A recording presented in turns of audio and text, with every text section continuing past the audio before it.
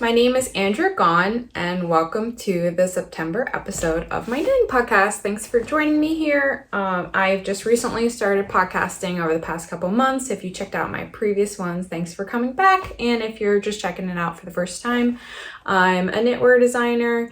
I'm relatively new. I just started releasing patterns about a year ago.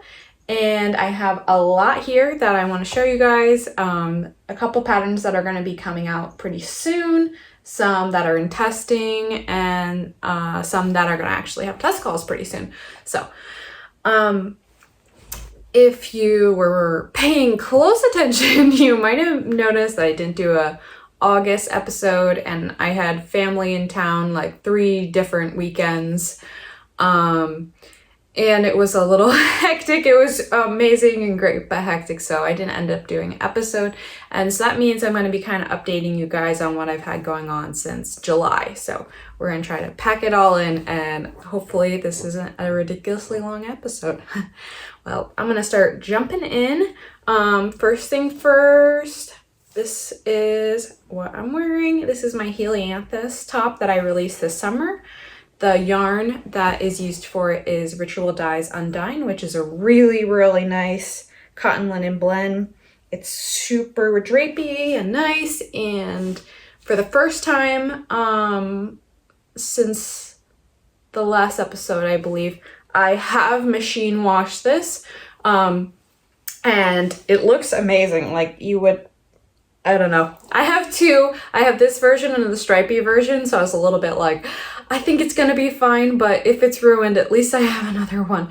But my sweaters I really don't wash very frequently, but a summer top I do wash a lot more frequently because, you know, you're sweating in it, it's close to the skin, it's hot when you're wearing it.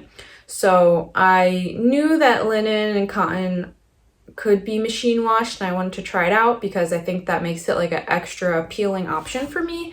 And so what I did is I just washed it the same exact way I wash like the majority of my clothes, really, which is I washed it in cold water on delicate and then air dried it. And I didn't have to do a special load of laundry for it or anything because I do most of my like t-shirts, undergarments, tank tops and stuff that way. And then I really only do like the full wash for really not a lot, like towels and stuff. So all summer, really cute versions of this have been popping up all over the place. I've seen them on Instagram and the Ravelry project pages. I really wanted to emphasize that it's like could be a blank canvas, because the just like the base of stockinette, there's so many options for colors, and so many people did all kinds of really cute striping color schemes and using different like sets of minis with gradients and all cool stuff. So that made me really happy to see people after I put all the work and thought into making a pattern and putting it out in the world. It's been really awesome to see people making it and seeing all their versions. And so I have some notes here because I didn't want to miss anything. So if you catch me glancing down, that's what I'm looking at. So the first thing I want to talk about is my pattern, the Essential Beanie. I did talk about this some in a previous episode, but the release is coming out quite soon. So I'm going to catch you guys up on what is going on with this pattern. So this is my fingering weight sample. And so this is called the Essential Beanie. And that is because it's just an extremely basic 2x2 rib classic knit beanie. And I just, mainly I put every detail that is important to me into this pattern because I don't know if you've knit a lot of hats, but I think a lot of times the increases or decreases, depending on which way you do it, are done too gradually and make kind of a pointy cap. So I wanted a nice round cap, and I wanted a nice tighter gauge. So all of the weights are written to a relatively tight gauge for the weight, and that's because, you know, you really want that to actually be keeping out you know, the cold air, and also it's being stretched when worn. So you kind of want, if you have a looser gauge and it's being stretched, you know, the air is going to go right through it. So, and why I called it the Essential Beanie is because I want this to be your one go-to beanie pattern, and that is because I have it worked up in 6 different yarn weights. This is the 5 blocked samples, and then I had kind of an ordeal with the worsted weight. I had a couple of versions I didn't like and got new yarn, so my worsted weight sample's not yet blocked still. So I'm gonna go through them all for you. I used mostly yarns that I purchased from my new local yarn store. Or it's new to me because I'm new to the area. It's not a new shop, but most of these were purchased at Black Mountain Yarn Shop by me. They have a really, really beautiful selection of yarn and a lot of yarns I'd seen online but never used before. So this was a great opportunity for me to try them out for the first time. And I think that that's a great, you know, something you can do in a hat when you just need 1 skein, or, you know, if it's a 50-gram skein, you might need 2. But yeah, okay, so I'm going to go through what all the different yarns are. I wrote them all down so I get it all right. This is my fingering weight sample, and it is Biche and Bûches. People have told me that is approximately correct, at least. And this is their Le Petit Lambswool. And I love this. I really love like a heathered color. I don't know how much you can really see it, but the yarn, it's a mustardy color and there's a nice heathering in there. And then for this sample, I knit a double folded brim. So you knit the length of the brim twice so it can be folded over, and it has that real nice like round edge at the top then, and then extra warmth at your ears. And here, that's what it looks like worn. It looks kind of silly because I'm in a tank top, but I'm really happy with it. So it's designed to have a real snug fit, and there's an adult small, large, and extra large. And if you prefer a less snug fit, you can always size up. There's a lot of stretch in there.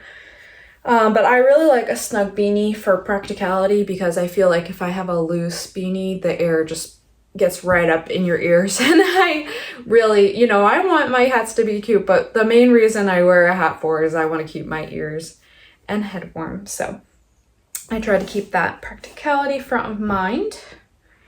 And this is my sport weight sample. And this is a yarn I was so excited to use for the first time, because I've just looked at it online and heard about the company a lot. And this is the Farmer's Daughter Fibers Recollect, which is the sport weight yarn I used. And you can see it has really nice like tonal ness to it, because there's like a slight variation that I like. It's not like really drastic. Sorry, I think I just said like about 20 times there. But it's a subtle tonalness, and I feel like it adds some depth and character to the yarn. It's really beautiful. Oh yeah, I didn't really show you. So all of them have the decreases done in this nice X shape, and that's kind of the central, like, besides how basic it looks, this is kind of the one visual detail I really wanted to have going on, is that nice crossing. Okay, DK weight sample. I love this color. This is like my favorite forest deep green. Oops, my phone memory filled up for the very first time, so I had to manage that for a second. But back to what I was saying. This is my DK weight sample, and this is Titityy. I really don't know how to say that. It's Titityyy Finland, and it's their Tukuwool DK. And it's really nice. So saying it's a bit rustic, but in a way that I feel like people can use the word rustic for a yarn that kind of like feels like wool, but it feels really nice, or a yarn that feels kind of itchy and scratchy. And I feel like this is the former. It feels like wool, like it has that texture and fuzz to it where it feels like it came from a sheep, but I don't think it's scratchy at all. And is this one on? Can that decrease? And then my worsted weight sample is this one I ordered online. I had worked with Hudson and West's fingering weight base quite a few times before, but this is my first time using their worsted weight base. And this is Forge from Hudson and West. You can see it looks a lot smaller, and blocking really opens it up. So this has not been blocked yet, but it will open up to be this size because I did a swatch and everything. So if you're concerned when you're working yours, when you try it on, you can still see like the fit's good, but it kind of, if it doesn't fit you, like if you can't comfortably get it on your head, it's going to be too small, but it will really relax in blocking.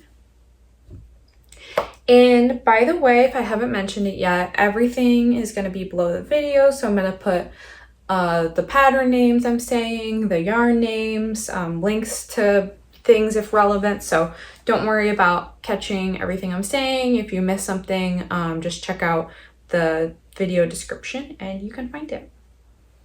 This is my Aran weight version, and this is again Biches and Bûches, and this is their Gros Lambswool. And I really obviously like this yarn that I picked it for 2 of the weights, but it's so different in this real round big Aran weight version versus the little fingering weight version. So I was happy to try out both. And then this is my bulky weight sample. I extremely infrequently, basically never use bulky weight, but I really liked using this yarn. This is my first time using any form of lopi, which is an Icelandic wool, which is said to be really resilient and very, very insulating and warm. So I'm really excited to try this out on like a real cold hiking day in the winter. And it's quite lightweight because it's the way it's spun and the way the wool is captures a lot of air in there. So it's very light, like for being a bulky weight, which I like because I wouldn't want something kind of too. It's like the thickness of bulky weight without such the feeling of being bulky by being heavy. And so that's my stack. 6 hats because of 6 yarn weights, and I have even more in the works. Let me get this. So those are like the 6 basic ones in the pattern, and then this is one that's not included in the pattern, but the pattern does include a chart to get you started for yarn equivalencies if you're holding yarn together. So here I'm holding together a DK weight yarn, which is Brooklyn Tweed's Arbor, with 2 strands of mohair. I don't know if you can see. My goal is to get it really fuzzy, and I think I've succeeded. It's very fuzzy and I'm very happy. So I worked this at a worsted weight gauge, and that's because that would be like usually what a DK plus lace weight mohair, like 1 strand of the mohair would get you to worsted. But I used 2 strands of the mohair because I really wanted to keep it dense. So mohair can like get you to a larger gauge because it kind of fills in the gaps, but I didn't want to do a looser gauge.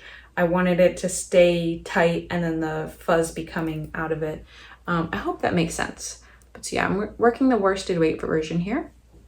And when my mom came to visit, she loved it so much, she wants this exact one. So as soon as I finish this one, I'm going to make an identical second one for her, and we can be twinsies, so that will be fun. Oh yeah, and the mohair I'm using is Knitting for Olive's silk mohair in color Putty. And I had this left over from a sweater I did a couple years ago. I'm not sure why I got a whole cone. I think I was just like, yeah, I'll use it for something, and I am, so it all worked out. And I have at least one more version I'm going to do before the release of this pattern, which is a yarn my husband picked out that I'm going to make him a version, so I can get pattern photos on a different person and someone with a extra large head. So Let me think. And I'm gonna make a lot more versions, just as a lot of my testers are. They've made a version for themselves and they're starting on gift knits or knits for their kids or partners, and I have some of those in mind, but it's kind of gonna be when I can get around to it. But before the release, I'm gonna finish my mohair version and then my husband's version. And that release is coming up quite soon, actually. I think it's just 2 weeks away, just under 2 weeks. It's gonna be Thursday, September 28th is the release. And if you are not already on my email newsletter, this is my plug for my newsletter. That is where you will get notified about the release as soon as it happens. It's the best way to not miss a release. And all newsletter subscribers get a code that is only for newsletter subscribers, a discount code when releases happen. So you'll get that discount code for the Essential Beanie when it comes out, and then every other release you'll also get a discount code for it. So if you're not already, links below, sign up. And it kind of changes how frequently I send emails out just because my release schedule isn't like really regular yet. But it's usually at most 2 to 3 times a month, so you're not going to be getting a ridiculous amount of emails from me, because I know some newsletters that I like to hear from, I get overwhelmed with emails, so I will unsubscribe sometimes when they're too frequent. So I try to keep that in mind, that I don't do too frequent of newsletters out there. Let me see. I think I talked about that for plenty long. I could keep talking about it, but let's move on to my next pattern that is going to be releasing in the not so far future. I think this is just like 4 weeks away, a bit under a month. This is going to be coming out October 12th. And I'm so excited for between now and then when there's some weather so that I can actually wear it, because I put it on for some photos, but of course, in the summer, it has not been a temperature that I could wear it since the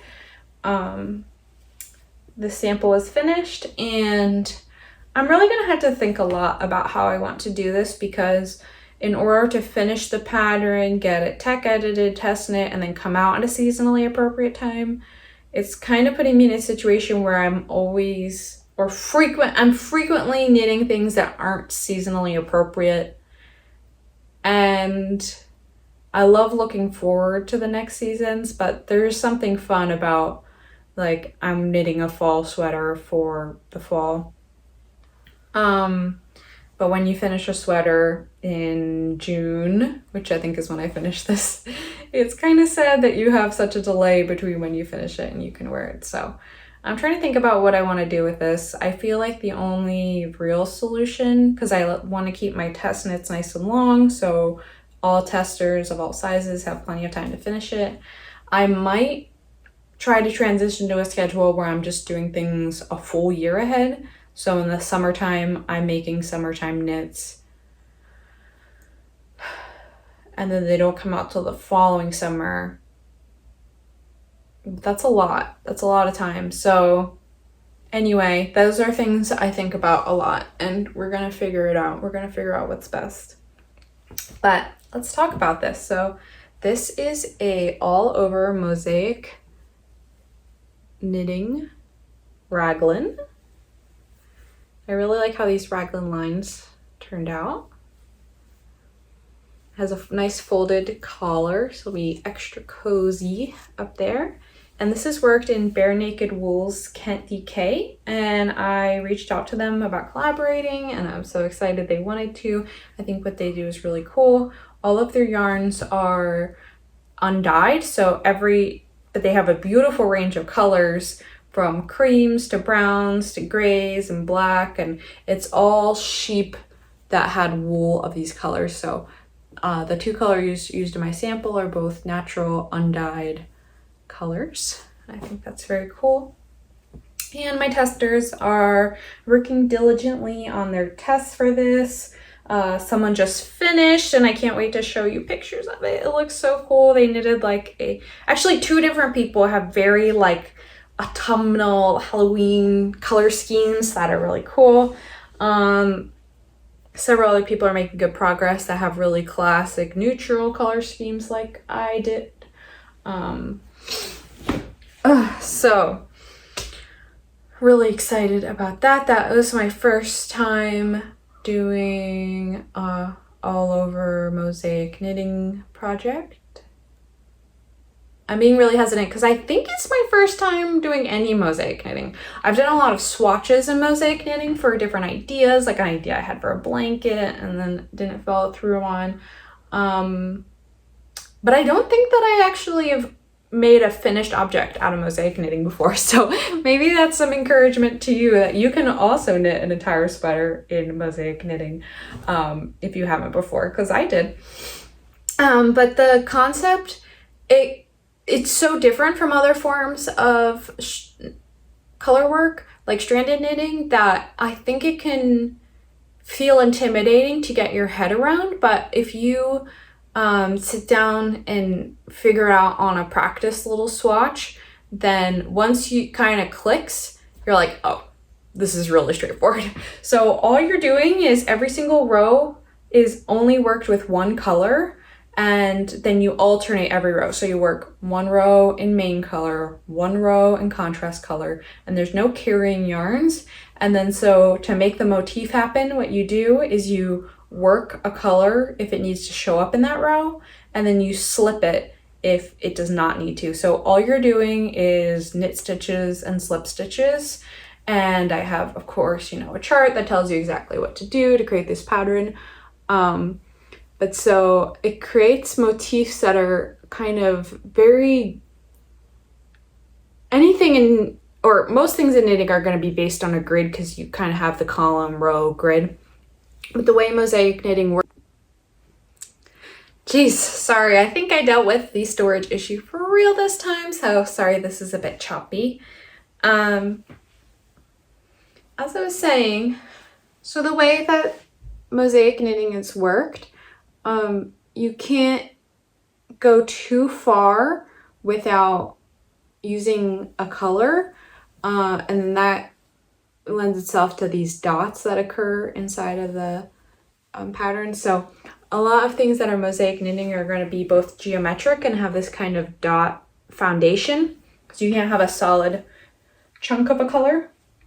And if you like learning new techniques, this could be a really perfect sweater for you, because the way it's worked, it's bottom up, so that you're working the body of the sweater in the round, no increases or decreases. So you have a lot of knitting to get really comfortable with the pattern before you need to work first increases in the sleeves and then decreases in the yoke. And I've been really glad testers have said that was my intention, and testers have confirmed that that's been definitely the case, that they are able, because you do this whole swath just straight, you get really comfortable with that mosaic knitting. So even if it's your first time doing it, you'll have had a lot of practice before you need to do any shaping and pattern. Okay, so let's move on to my most recently finished object, which is my Funfetti raglan. I am so happy about this one. This is an idea, I don't know. I know people always say that black has trouble picking up, but I feel like this white, it looks so, in a lot of lighting, it looks like so kind of yellowy, but it's really a nice off-white, so I'll have to find good lighting and or editing to get a good color representation of this for the final pattern photos. But so this is a top-down raglan, and it's worked in all over stranded colorwork motif. That's just a 3-round repeat of this really basic stitch, and it is a nice base that you can do all kinds of fun color ideas. So in this, my first sample, I used clearly this white main color, and then I used a rainbow of different scraps, leftover yarns that I had for all my different main colors, and did them in a random order. And I also got a couple new colors of the yarn, which this is done in Brooklyn Tweed's Arbor, which is a DK weight. And so that means the contrast colors can be actually done in DK or worsted is fine. It's not gonna really alter your gauge because it's only 1/6 of the stitches that are done in contrast color. Or you can do fingering weight held double, which I actually have quite a lot of these are fingering weight held double. And so that allows you to have a really wide range of different yarns that you already have on hand can be used. And Brooklyn Tweed Arbor comes in these cute mini skeins of 10 grams. So I got a couple of those to kind of supplement some colors that I didn't really have already. Again, very excited for when it will be a comfortable temperature to wear this, but I think it's going to be coming up pretty soon here. And then I have, so this is currently being test knit, and I don't think I've set a specific date for the release yet, but it's going to be in December. And then I have a second version going. Got disconnected. So this is a collaboration with Brooklyn Tweed, and they are kind and generous enough to give me 2 sweater quantities so I can do a second sample. So I'm really excited about that. And this one is all Arbor. So I used a more limited color palette, just 4 colors, and I'm doing a regular repeat of them. It's not random. And then of course you can see the main difference is you can see what the pattern looks like with a dark main color and some lighter contrast colors. And I kind of went for, I didn't go with any dark contrast colors because I wanted them to all stand out, but I kind of have some medium and then the one really light one. And I like how that looks like the light color really extra stands out. And just so you can see, they look like these are the 4 contrast colors. So this one is that one that pops because it's a lighter shade than the rest. And for reference, that's the main color. So it's really fun. These kind of blue aqua-y colors, I don't usually use. I don't know that I would really wear a garment fully in those colors. These are colors like way more in my usual color scheme. Obviously, this one's basically like a little more autumnal version of this one, but I really liked having opportunity to use these colors in the contrast colors because it's just a little pop of them, and I love how it all comes together.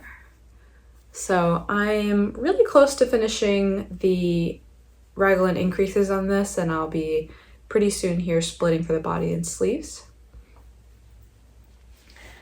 And my testers have some really cool versions going on. Someone is doing one that has a rainbow of really bright neons, and I love that. We have all kinds of different bright colors like that. Some people, in my 2 samples, I really wanted to go with high contrast, having like a really, of course, you know, light main color, so everything's high contrast, and a dark main color, so everything's high contrast. Some people have some lower contrast ones, and that looks really cool. Some people are using like contrast colors that have a speckle or variegation, so it's kind of more changing as it goes. And I am really excited to keep working on mine. That's kind of been on pause for a bit because of my next design I've been working on. This is my current thing I've been knitting on the most. And this is my very first drop shoulder sweater pattern. And so far, I first knit the back, which has, you cast on and work flat with some shaping for the shoulders. You can see there's a gradual slope here, worked with short rows just to give a little bit of shoulder shaping. And then once you get down to the armhole, you put that on hold, and then you come and pick up at the right and left shoulders and work again the shaping and then some neckline increases. And I've just connected across the neckline, and now I'm at the same width as the back, and I'll be again knitting down to the armhole length, and then it's going to get joined in the round for the body, and sleeves will be picked up at the armholes. And you really have to use your imagination, but I'll put it on. I was showing this to my partner and he's like, I think he, you know, it's different when in your head you can see how this is pieces of a finished garment. Because I've done a lot of raglans. I've kind of showed him how the raglans come together. And I think the raglans from the very start, it looks more like the piece of the sweater, but this kind of looks like random scrubs. But so you can see here, and then there'll be stitches picked up here for a nice collar. And then because it's drop shoulder, these front portions come all the way down, like almost a little cap sleeve. And then the sleeve itself will actually start down here. So I'm feeling happy with the how the neck shaping has come along. I feel like after that collar's worked, it's gonna be perfect kind of crew neck, but not too tight. But I think after I join for the body, I'm gonna pretty soon work this collar to make sure it's happening how I envision. And this is worked in Knitting for Olive's fingering weight merino and their silk mohair, both in the same colorway. And it is so soft and light and fluffy. I'm so happy. I'm so eager to be done with this one. I feel like this might be the one of all my sweaters that I wear first. Like, I think once there's just some cool mornings or evenings, this is already gonna be really cozy and nice to wear. Whereas with the color work or heavier weight, some of the other ones, I think they might need a couple more weeks to get there with temperatures that I'll want to wear them. So you can see this is 2 strands held together, one of the fluffy mohair, one of the merino, and this is just a perfect combination. There's a lot of patterns already for these 2 yarns held together, and I get exactly why. They're a really nice combination.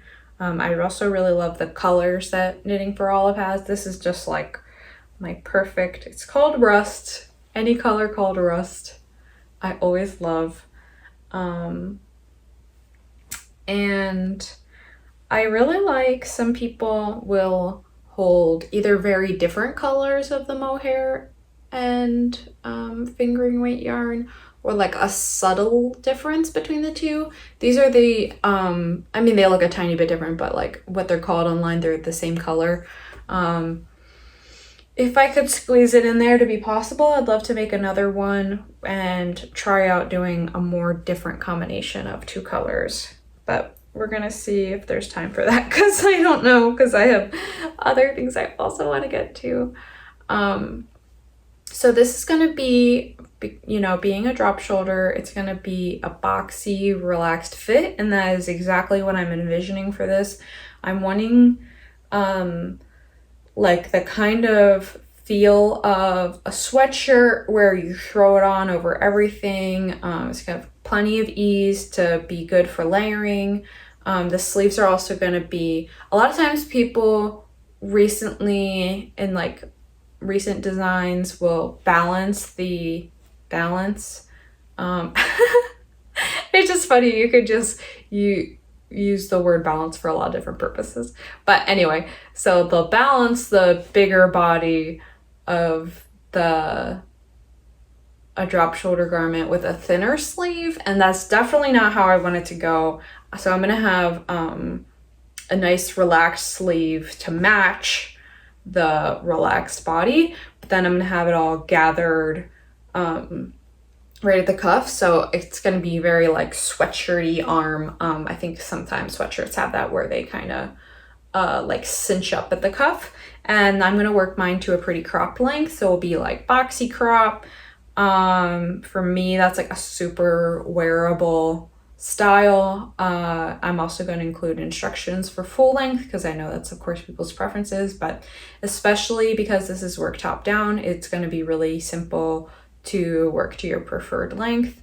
A lot of drop shoulders are also worked bottom up, and there's a lot of, you know, Junko that I showed you is worked bottom up. There's a lot of good reasons to do that, but since this is such a simple sort of design, I wanted to work it top down like this so that it can be tried on as you go. And this one is going to go to my tech editor pretty soon here. I'm planning, I wrote down what I was thinking. Early October, I think, is when the test call for this is going to come out. So if you are interested in testing for me, I love, love, love working with new testers, and you should join my newsletter. That is also, in addition to hearing about releases, that's going to be the best place to hear about test calls. Again, that's my email newsletter, link is below. And that does not yet have a name, so if you guys have any names, I know it might be hard. I always wonder when I describe something to someone, like, are you seeing the final vision, or are you just seeing this little scrap of fabric? So I hope through describing the construction and the vibe I'm going for, kind of, you can see it in your mind. But I'm thinking something along the lines of like Lazy Days sweater or something, but Lazy Days has a lot of patterns already on Ravelry with that name, so something that kind of like relaxed, wear it all the time, but I want it to be like basically like the feeling of you go out in your sweats, but it's actually like a really nice elegant sweater, but it gives you that cozy comfort feeling that sweats would have. So if you guys happen to have any names pop in your mind, just let me know in the comments, because I guess by early October when I start the test knit, I'll have to actually have a name for this thing. And okay, we've gone through most of the things I want to show you. I know it's been a lot, but there's one more thing. I showed this before, but I finally actually made some progress and I'm getting really close. This is my second sample of my Keoni pullover. So it has a sleeve totally finished and another sleeve very close to finished.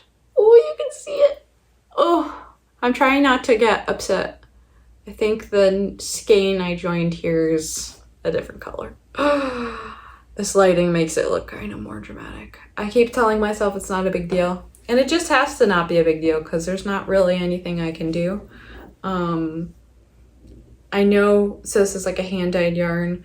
I know that variation between skeins is normal, and you would want to like alternate for a couple rounds to blend them together. But when you're joining a sleeve onto a yoke, you don't really have that option. So I'm gonna say it's gonna be fine. But this is a pattern I released last fall, and to see the texture, it kind of washes out the color a bit, but it's a 1x1 broken rib. So it creates this really cozy texture. And the kind of feeling I was going for was like a waffle knit shirt type feeling. And it's gonna have a collar worked here, so the neckline's still unfinished, and this stitch really relaxes a lot when blocked as well.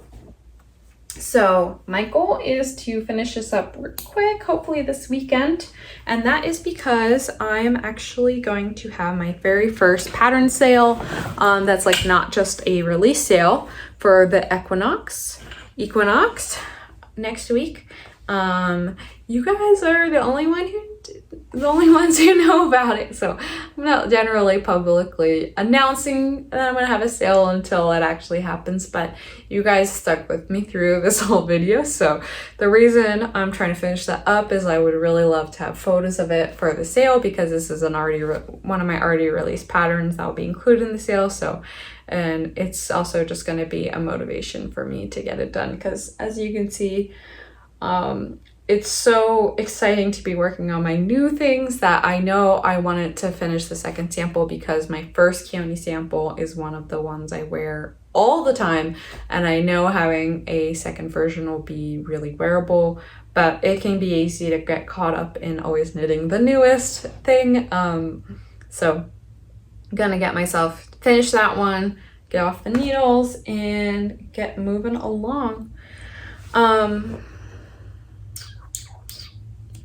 let me see. I wrote so much down here. I don't know that I got to all of it, but I think I've told you guys a lot, and I think I really appreciate that you've sat through all of this, and hopefully my edits to get these different pieces together go okay.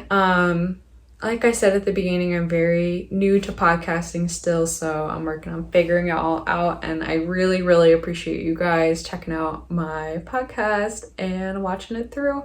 And since you made it all the way to the end, you must be enjoying yourself somewhat, so be sure to subscribe, and that way you're gonna hear about my next podcast as soon as it comes out. I'm gonna make one a month. I was doing end of the month, but I'm gonna switch to about mid-month, like for this one.